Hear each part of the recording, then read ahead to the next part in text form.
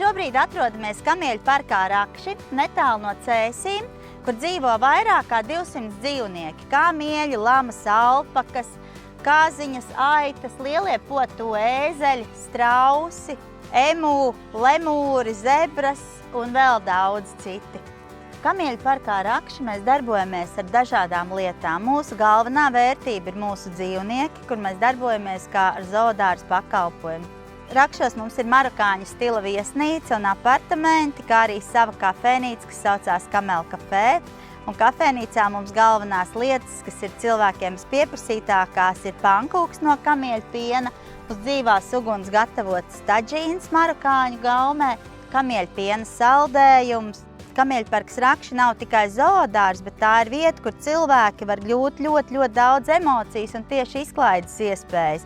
Bieži vien ir tā, ka cilvēki atbrauc uz Rakšiem un viņi šeit neatbrauc uz stundu vai uz 2, bet viņi pavada šeit visu dienu. Jāsaka tā, ka lielākais ideja ģenerators ir mans dzīves biedrs Kristaps, kur gadu laikā jau es esmu pieradusi pie tā, ka ja viņš pasaka kaut ko tādu, kas pirmajā momentā liekas, ka Dievs nu noteikti nē, tad paiet pāris minūtes un saprot, jā, ka mēs to darām, tāpēc, kad es viņam ticu. Mēs atbalstām vienmēr viens otru, un tas ir ārkārtīgi svarīgi, tad, kad tu kaut ko gribi izdarīt, un kad tu gribi izdarīt kaut ko citādāk, kā varbūt dara citi. Runājot par iedvesmu, mēs ļoti daudz ceļojam. Turismā sezona ir salīdzinoši īsa, kas ir siltākais gada periods, savukārt parasti ziemu, rudeni mēs veltam dažādu valstu apceļošanai, un no katras vietas mēs vienmēr paņemam kaut ko tādu, ko mēs saprotam, ka mēs varam adaptēt šeit un iepriecināt mūsējos.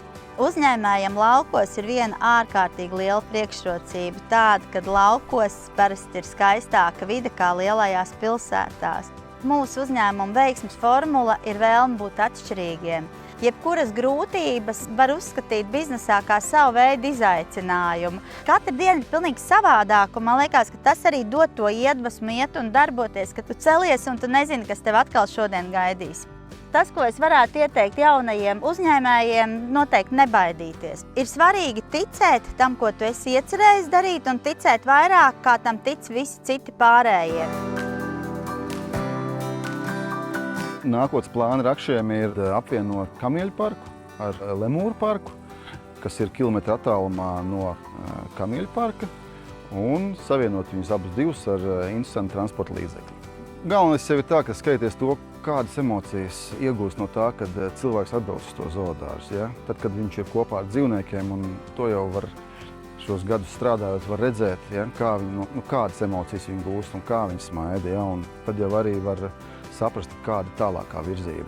To, ko cilvēki, kad viņi smaida reāli, to, ka viņi saka šos paldies vārdus un kad viņiem patīk, tu izdari labu un to cilvēku novērtē, tad arī tu tur smēlēs to visu.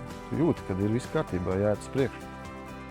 Mēs varam. Mēs daram. Jūs arī varat.